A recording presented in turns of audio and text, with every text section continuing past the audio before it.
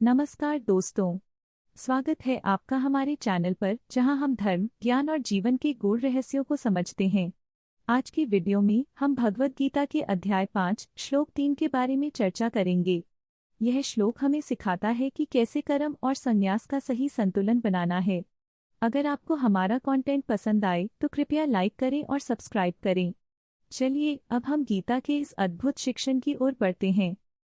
अर्जुन उवाच संन्यासं कर्मणा कृष्ण पर्यास्यसि मे चित्तम 5.3।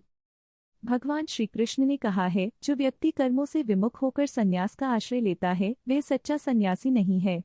वास्तव में जो व्यक्ति कर्म करते हुए अपने मन को नियंत्रित करता है वही सच्चा सन्यासी है। इस श्लोक में भगवान श्री कृष्ण स्पष्ट करते हैं कि केवल संन्यास लेना ही सच्चा मोक्ष नहीं है। असली संन्यास वह है जिसमें व्यक्ति अपने कर्मों को निभाते हुए भी अपने मन और इंद्रियों पर नियंत्रण रखता है।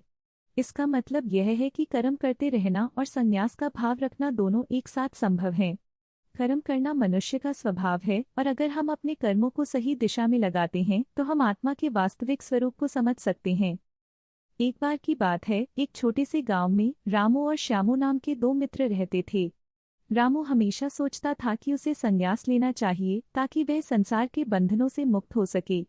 लेकिन श्यामू, जो बहुत समझदार था, उसे समझाने की कोशिश करता था। रामू, क्या तुम यह नहीं समझते? संन्यास केवल आश्रम में बैठकर ध्यान करने का नाम नहीं है। यह अपने कर्मों में अपने मन को नियंत्रित करने की कला है। रामू ने कहा, लेकिन श्यामू, मैं सोचता हूँ कि अगर मैं काम करूँगा तो मैं संसार में बंधा रहूँगा। श्यामू मुस्कुराया और बोला, नहीं मित्र, एक किसान अपने खेत में काम करता है लेकिन वह अपने मन में परमात्मा का ध्यान करता है, इसलिए वह भी सन्यासी है। कुछ दिन बाद गांव में एक बड़ा संकट आया। बारिश नहीं हुई और फसलें सूखने लगी। गांव के लोग परेशान हो गए। रामू ने सोचा कि इस संकट से बचने का एकमात्र उपाय संन्यास लेना है, लेकिन श्यामू ने उसे रोका। रामू, अब हमें कार्य करना है। हमें गांव के लोगों के साथ मिलकर कोई उपाय खोजना होगा। रामू ने श्यामू की बात मानी और गांव के सभी लोगों के साथ मिलकर एक योजना बनाई। उन्होंने मिलकर कुएं की मरम्मत की और पानी का सही उपयोग किया।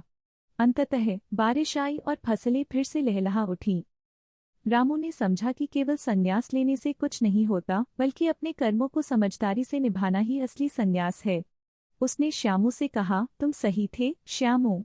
मैंने जाना कि कर्म करते हुए भी हम अपने मन को नियंत्रित रख सकते हैं।